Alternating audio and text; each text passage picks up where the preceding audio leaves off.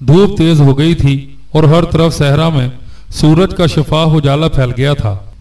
जड़ी बूटी और नबातात के माहिरीन का एक दस्ता तहकीकाती मुहिम पर सहरा का गश्त कर रहा था।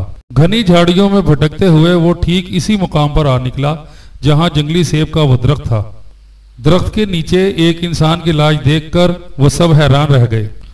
दस्ते का रईस एक निहायत तजर्बाकार, ज़हीन और उम्र रसीदा हकीम था। लाश के करीब पहुंचकर उसने थोड़ी देर तक चेहरे का निहायत गहरी नजर से जायजा लिया, नब्ज पर हाथ रखा, आंखों की पलकें उठाई, नाखूनों का रंग देखा और अपने साथियों को आवाज दी कि इसके जिस्म में अभी जिंदगी बाकी है। अब एक लम्हे की ताखीर भी इसे मौत की अबदी नींद सुला देगी। सर झुकाए हुए वो इलाज की राह सोच ही रहा था कि जमीन पर सेब के छिलके और सूखे हुए टुकड़े नजर आए। फिर दरख्त की तरफ निगाह उठाकर देखा तो शाखों में इसी तरह के फल लटक रहे थे। फौरन समझ गया कि इस जहरीले फल का यह सारा करिश्मा है। फौरन अपनी जंबील से जहर सोख्त कर लेने वाली एक जड़ी बूटी निकाली और उसे नाक के करीब रख दिया। चंद ही लम्हे के बाद नौजवान के जिस्म में हरकत पैदा हुई और उसने आंखें खोल दी। हकीम ने फिर अपनी जंबील से सब्ज रंग की 2-4 पत्तियां निकाली और उन्हें उंगलियों में मसल कर एक कतरा हलक में टपकाया। कतरे का हलक से उतरना था कि नौजवान को बड़े जोर की छींक आई और उसके बाद मतली की सी कैफियत महसूस होने लगी। थोड़ी देर के बाद 2-4 कै हुई और सारा जहरीला फल पेट से बाहर आ गया। अब उसकी तबीयत हल्की हो गई थी, होशो हवास भी पलट आए थे। इस घने जंगल में इर्द गिर्द इंसानों को देखकर उसे बड़ी हैरत हुई। कुछ कहना चाहता था कि हकीम ने इशारे से रोक दिया और कुछ वक्फे के बाद जंबील से एक खास किस्म का शरबत निकाला और नौजवान की तरफ बढ़ाते हुए कहा, इसे पी जाओ। शरबत पीने के बाद जिस्म में बिजली की तरह एक ताजगी दौड़ गई और वो ताज़ा दम होकर उठ बैठा। अब हकीम ने उससे उसका हाल दरियाफ्त किया। उसने शुरू से आखिर तक सारा माजरा बयान कर दिया। हकीम और उसके साथियों को उसकी सरगुज़िश्त मालूम करके सख्त हैरानी हुई। सबसे ज्यादा ताज्जुब इस अमर पर हुआ कि शेरों, जहरीले सांपों और खूंखार दरिंदों के इस घने जंगल में रात भर वो बेहोश पड़ा रहा और उसे किसी तरह का नुकसान नहीं पहुंचा। हकीम अपनी जहानत और तफ्तीशो इलाज की कामयाबी पर बेहद मसरूर था। हकीम ने नौजवान को बतलाया कि समंदर की आगोश में एक छोटा सा जजीरा है। यहाँ से 3 पहर की मुसाफत पर समंदर के किनारे हमारा शहर आबाद है। मैं तुम्हें मशवरा दूंगा कि कुछ दिनों के लिए मेरी मेहमानी कबूल कर लो। स्पेन की तरफ से सौदागरों के जहाज आते रहते हैं। 1-2 महीने के बाद वापस चले जाना। नौजवान ने हकीम की दरख्वास्त कबूल कर ली और उसके हमरा चलने पर राजी हो गया।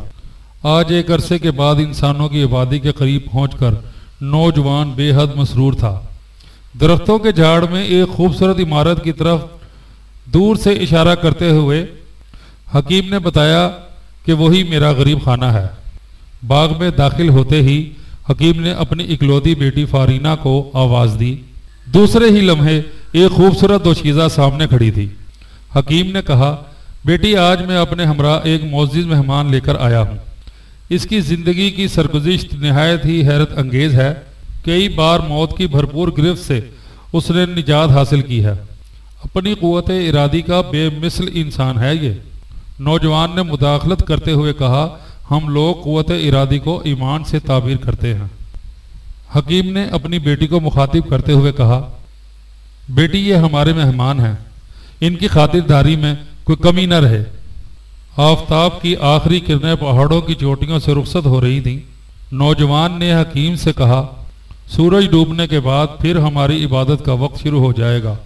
जहमत न हो तो आप हमें किसी चश्मे का पता बता दीजिए ताकि हम बावजू होकर फरीज़ा बंदगी अदा कर लें। हकीम ने जवाब दिया, चश्मा तलाश करने की क्या ज़रूरत है, इसी बाग में नहायत साफ और शफाफ तालाब मौजूद है। नौजवान ने तालाब पर पहुंचकर वजू किया और नमाज मगरिब अदा की। इशा तक तस्बीह और तिलावत में मशगूल रहा। इशा की नमाज से फारिग होकर मेहमान खाने की तरफ वापस हुआ। फारीना के लिए नौजवान की हर चीज़ नई और जाज़िब नज़र थी। जब तक वो नमाज में मसरूफ रहा, दूर एक गोशे में छुपकर वो उसकी इबादत का तरीका देखती रही। रात के खाने से फारिग होकर मेहमान खाने में उसके आराम का इंतजाम कर दिया गया। दोपहर रात ढल जाने के बाद नौजवान खामोशी के साथ अपने बिस्तर से उठा, तालाब में वजू किया और नमाज तहज्जुद में मसरूफ हो गया। तस्बीह और दुरूद और सलाम में सारी रात कट गई। नमाज फजर से फारिग होकर दिन चढ़े तक तिलावत कुरान पाक में मशगूल रहा। फिर जोहर के बाद नमाज तिलावत का सिलसिला शुरू हो गया और इशा के बाद तक जारी रहा। नौजवान के शब रोज का यही मामूल था। हकीम की मेहमान नवाजी में कई दिन गुजर गए, लेकिन शर्मो हया से कभी इसकी निगाह ऊपर नहीं उठी। कभी उसने फारीना से मुखातिब होने का कोई मौका नहीं आने दिया। अब रफ्ता रफ्ता फारीना का दिल बोझल होता जा रहा था। आतिशे शौक में सुलगते हुए वो अक्सर सोचा करती थी, जालिम आदमी है या पत्थर की चट्टान, हजारों दीवाने मेरे जलवा हुस्न की परस्तिश के लिए तैयार हैं और ये एक नजर देखने का भी रवादार नहीं होता। ये कोई बहुत ऊंचे किरदार का आदमी है। किसी नौजवान लड़की पर निगाह उठाना शरीफ इंसानों का हरगिज शेवा नहीं है। हो सकता है इसका चेहरा मोहरा इंसानों जैसा हो, लेकिन फितरत यकीनन फरिश्तों के तकद्दुस में ढली हुई है। चंद ही दिनों में नौजवान की शराफत और नेकनामी का चर्चा सारे शहर में फैल गया। उसके क़याम को 1 माह से ज्यादा हो चुका था, लेकिन जब भी हकीम के सामने वो स्पेन जाने की बात छेड़ता तो ऐसा लगता कि हकीम के दिल पर कोई बिजली गिर पड़ी है। यकायक इसका मुस्कुराता हुआ चेहरा मान पड़ जाता। हकीम उसे अपने घर की रौनक को बरकत समझता था। नौजवान भी नहीं चाहता था कि रहते मोहसिन का दिल तोड़कर वो चला जाए। एक दिन वो इशा की नमाज से फारिग होकर जब मेहमान खाने में वापस हुआ तो सारे घर में एक कोहराम मचा हुआ था। हकीम शिद्दत इस्तराब में अपना सीना पीट रहा था। फरीना छाड़ी खा खा कर जमीन पर लौट रही थी। सबसे बुरा हाल इसकी माँ का था। वो सदमा ताब ना लाकर बेहोश हो गई थी। अचानक ये कैफियत देखकर नौजवान सकते में आ गया। हैरत के आलम में हकीम का हाथ पकड़कर एक किनारे ले गया और अपने करीब बिठाते हुए निहायत तसल्ली आमेज लहजे में उसने दरियाफ्त किया, आखिर अचानक क्या हादसा पेश आ गया है? अज़राए करम मेरी हैरत का अजाला कीजिए। यक बैक ये कैसी क़यामत टूट पड़ी है, मुझे फौरन बताइए। काफी देर के बाद हकीम ने अपने इस्तराब की शिद्दत और बेतहाशा गिरने की कैफियत पर काबू पाया और बिलबिलाती हुई आवाज में रुक रुक कर एक निहायत लर्जा खेज हैरत अफजा और इंसानियत सोज वाकया इतला दी। काफी देर तक नौजवान हैरानी के आलम में हकीम की बेचैनियों पर काबू पाने की कोशिश करता रहा। इस हकीकत का सुराग लगाने के लिए उसके दिल का इस्तराब दम बदम बढ़ता जा रहा था कि बगैर किसी जाहिरी सबब के घर में हर तरफ कोहराम क्यों मचा हुआ है। गम का तलातुम कुछ सुकून पजीर हुआ तो हकीम ने हैरत अंगेज दास्तान सुनाई। हमारा ये शहर जो ऐन समंदर के साहिल पर आबाद है, अब से पहले 9 बार समंदर के होलनाक तलातुम में गर्कात हो चुका है। जब जब इस शहर पर तबाही आती है, बाशिंदे अपनी अमला को जायदाद छोड़कर पीछे हटते गए और इस यकीन की निशानदही पर दूसरी जगह एक नया शहर आबाद किया है।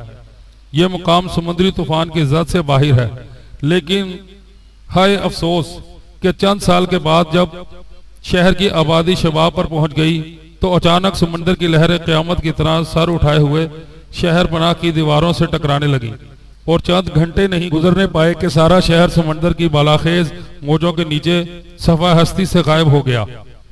10वीं बार जब जजीरे की सबसे ऊंची सतह पर यह शहर आबाद किया गया तो एक जादूगर ने बताया कि समंदर के साहिली इलाके पर एक देव का कब्जा है।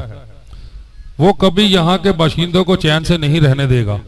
ये मालूम करके शहर के राजा ने जादूगरों से दरख्वास्त की कि वो कोई भी ऐसी तदबीर अमल में लाए जिससे शहर का मुस्तकबिल महफूज हो जाए। जादूगर ने कई दिन की मेहनत और गौर के बाद राजा को बताया कि इसकी एक ही तदबीर मुमकिन है।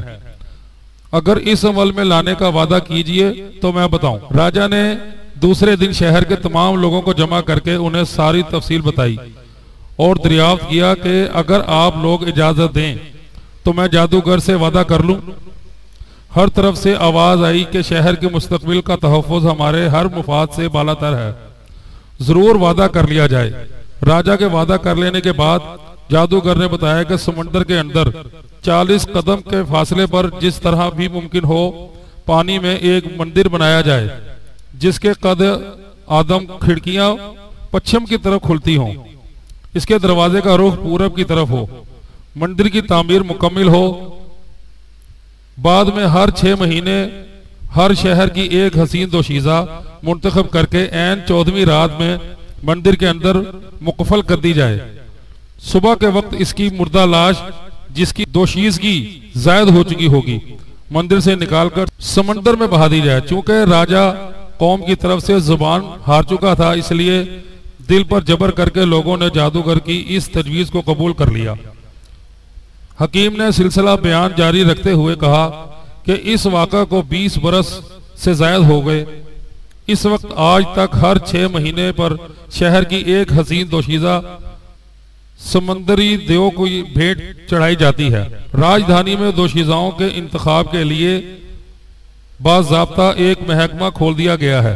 सने बलोगत को पहुंचने के बाद महकमे के दफ्तर में शहर की हर खूबसूरत लड़की का नाम इंदराज रियासत के कानून की रोज से निहायत जरूरी है। दस्तूर के मुताबिक हर 6 महीने पर चांद की 12 तारीख को कुर्रा अंदाजी के जरिए जान और इस्मत की भेंट चढ़ाने के लिए शहर की दोशीज़ा में से किसी एक का इंतखाब अमल में आता। यहाँ पहुंचकर अचानक हकीम के जज्बात में रिकत अंगेज तलातुम की कैफियत पैदा हो गई। आंखें डबडबाई, सब्र शकीब का दामन हाथ से छूटने लगा। गम की चोट जब्त न हो सकी तो मुंह से चीख निकल पड़ी। नौजवान ने गमगुसार हमदर्दियों के साथ फिर उसे तसल्ली दी। काफी देर के बाद जब कुछ फाका हुआ तो हकीम से यह सवाल किया, तुम्हारे इस पूरी दास्तान में हमारे इस सवाल का जवाब कहीं नहीं है कि बगैर किसी जाहिरी सबब के अचानक तुम्हारे यहाँ साफे मातम क्यों बिछी हुई है। हकीम ने थरथराई हुई आवाज में जवाब दिया, वही बात तो मुंह में निकल नहीं रही है। सोचता हूं तो कलेजा फट जाता है। तुम जानते हो कि मेरी जवान साल बेटी फारीना मुझे कितनी लाडली है। हमारे चमनिस्तान आरजू की तनहा वो एक महकती हुई कली है। इसके चेहरे की रोशन से मेरे घर में उम्मीद का चिराग जलता है। हाय, अब हम इसके बगैर कैसे जिंदा रह सकेंगे। नौजवान ने हैरत से पूछा, खुदा खैर करे, अचानक ऐसे क्या हो गया है। बड़ी मुश्किल से डूबे हुए जज्बात में ये अल्फाज हकीम के मुंह से निकल सके कि आज शाम को महकमा के अफसर ये इतला दे गए हैं कि इस मर्तबा कुरान अंदाजी में फारीना का नाम निकला है। कल 14वीं रात की चांदनी में रियासत की पालकी दरवाजे पर लग जाएगी। उसे दुल्हन की तरह बना संवार कर तैयार किया जाएगा। हाय मेरी फारीना, ये अल्फाज फिजा में गूंजे और हकीम सदमे की शिद्दत से बेताब होकर बेहोश हो गया। नौजवान ने हकीम को होश में लाने के लिए उसके मुंह पर पानी के छींटे मारे, कुछ पढ़कर दम किया। अचानक उसने आंखें खोल दी। जब कुछ हालत संभल गई तो नौजवान ने उसे अपने करीब बिठाया और दिल दर्दियों के साथ इससे यूं मुखातिब हुआ, मेरे मोहसिन, तुम्हारा गम मुझसे नहीं देखा जाता। मैं कभी गवारा नहीं कर सकता कि मेरे होते हुए तुम्हारी खुशी का चमन उजड़ जाए। यकीन रखो, अपनी जान की बाजी लगाकर मैं तुम्हारी मुसर्रतों को वापस लाने की कोशिश करूंगा। मेरी एक पेशकश कबूल कर लो। 2 ही 4 जुमलों में हकीम का चेहरा उम्मीद की किरण से चमक उठा। हैरत और मुसर्रत की मिली जुली कैफियत में नौजवान से दरियाफ्त किया, मैं तुम्हारे हुक्म की तामील किस तरह कर सकता हूँ। नौजवान ने जवाब में कहा, तुम्हें सिर्फ इतना करना होगा कि कल चांदनी रात में जब पालकी दरवाजे पर लग जाए तो अपनी फारीना की बजाय मुझे बिठा देना। हकीम ने अपनी आवाज का तेवर बदलते हुए कहा, ऐसा हरगिज नहीं हो सकता। फारीना के जनाजे पर आंसू बहाकर मैं सब्र कर सकता हूँ, लेकिन मैं कभी इसे बर्दाश्त नहीं कर सकूंगा कि अपनी बेटी की जिंदगी पर अपने मुअज़्ज़िज़ मेहमान को भेंट चढ़ाऊं। अपने दामन पर एक मुकद्दस मुसाफिर के खून का धब्बा मैं हरगिज नहीं लगने दूंगा।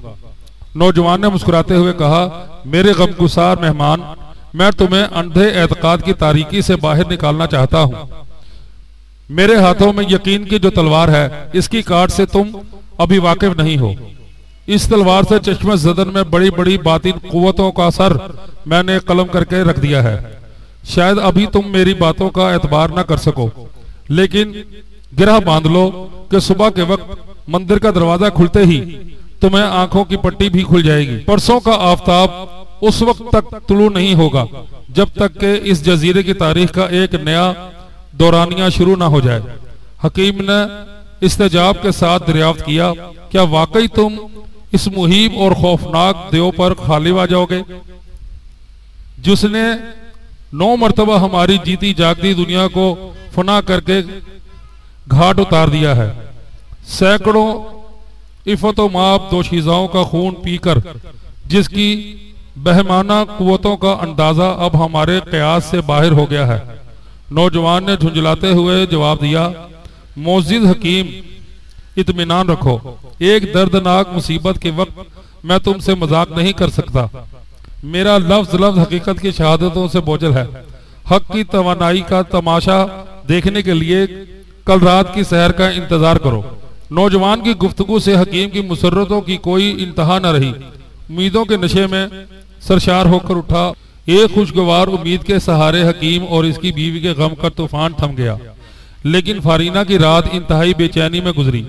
नौजवान के लिए एक नामालूम इज़राब की आग रह रह दिल में भड़क रही थी।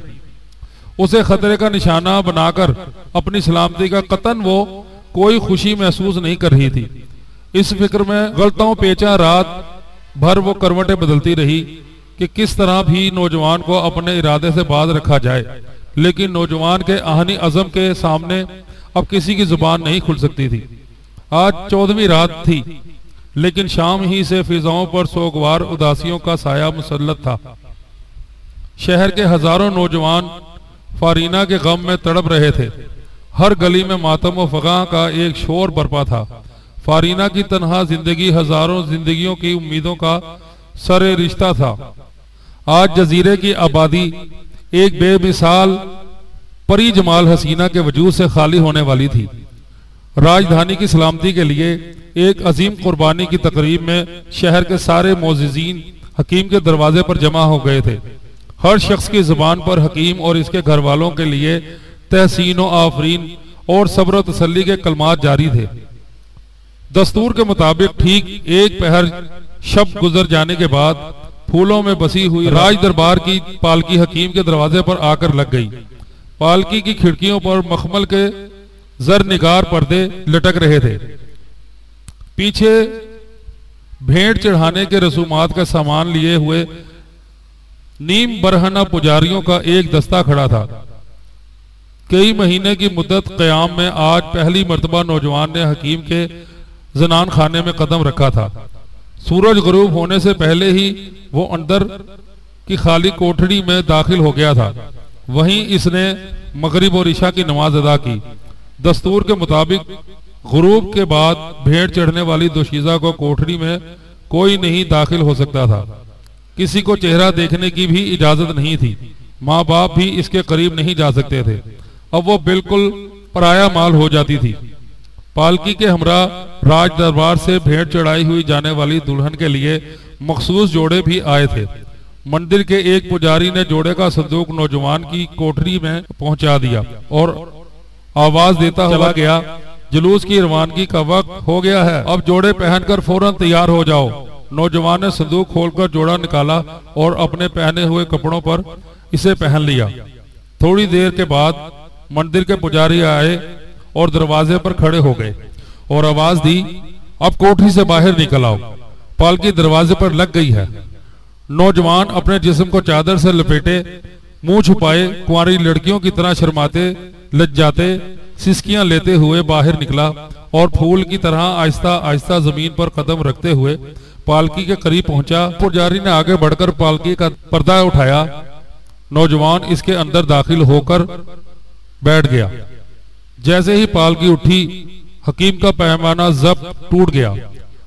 आज एक परदेसी मेहमान के जज्बा इखलास और वफा का आखिरी इम्तिहान था। अंजाम के अंदेशे से बेसाख्ता इसके मुंह से चीख निकल गई। सब्र और तसल्ली देने वाले अहबाब पहले ही से तैयार खड़े थे। हाथों हाथ लिया। फारीना घर में मौजूद नहीं थी। सर शाम ही इसे किसी महफूज जगह पर मुंतकिल कर दिया गया था। हकीम की बीवी भी नौजवान की फिदायकारी पर अपना सर पीट रही थी। पालकी शहर की शाहराहों से गुजरती हुई समंदर के साहिल की तरफ बढ़ रही थी। एक पहर रात गुजर जाने के बावजूद तमाम रास्तों पर तमाशाइयों के ठठ लगे हुए थे। जज्बा अकीदत में हर तरफ फूलों की बारिश हो रही थी।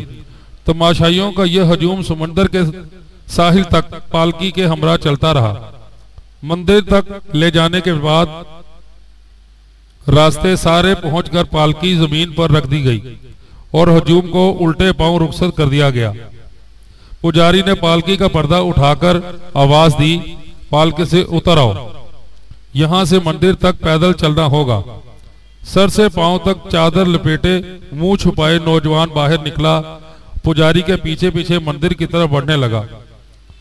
मंदिर की इमारत के सामने पहुंचकर पुजारी ने दरवाजा खोला और नौजवान को अंदर दाखिल करके बाहर से मुखफिल कर दिया। थोड़ी देर तक कुछ मंत्र पढ़कर रसूमात अदा किए और इसके बाद वहां से उल्टे पांव रुखसत हो गए।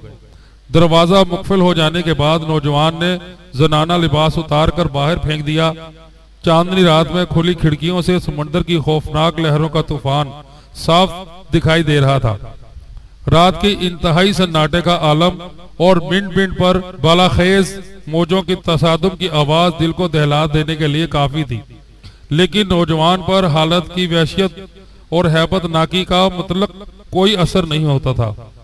हकीम की जुबानी उसे मालूम हो चुका था कि देव के आने का वक्त रात ढल जाने के बाद है।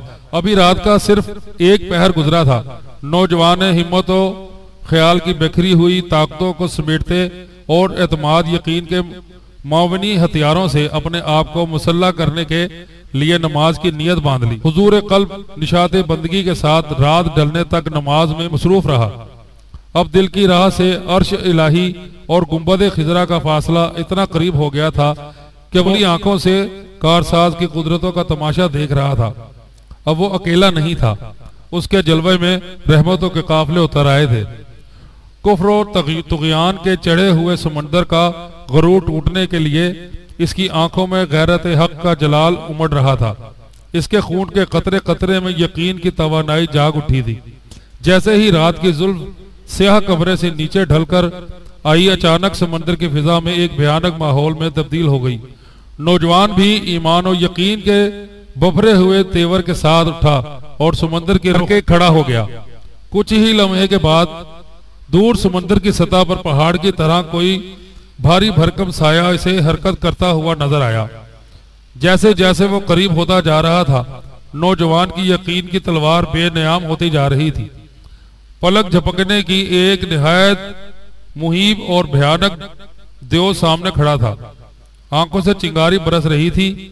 माथे पर सींग की तरह दो नुकीली परछाइयां खड़ी थी। सर से लेकर पांव तक दहशत और खौफ का एक हैबतनाक सरापा बड़े से बड़े जेवड़ को भी लर्जा पर बरनदाम कर देने के लिए काफी था। लेकिन नौजवान के दिल पर इस होलनाक मंजर का कतन कोई असर नहीं था। निगाहें दो चार होते ही नौजवान ने बा आवाज बुलंद आयतुल कुर्सी शरीफ की तिलावत शुरू की। कुरान की जलालत शान से समंदर का कलेजा दहल गया और तौहीद इलाही की सतूत जलाल से फिजा में बोझल हो गई। अब नौजवान की आवाज दम बदम तेज होती जा रही थी। एक सफ शिकन मुजाहिद की तरह हाथों में कहर इलाही की तलवार लिए हुए वो देव को हलाक कर देने पर तुल गया था। ईमानी जलाल के साथ तेवर में डूबे हुए एक ही नारे तकबीर ने अफरियत का कलेजा शक कर दिया। चमकती हुई आंखों से एक चिंगारी उड़ी और समंदर की फिजा धुएं से भर गई। एक मर्द मोमिन की रूहानी तवानाइयों से समंदर के खौफनाक देव का काम तमाम कर दिया था। जो अफरियत साल हर साल से इंसानी आबादियों का खून चूस रहा था, आज ईमान की खफकी ताकतों के आगे इसकी खुदाई का सारा तिलस्म टूट के रह गया।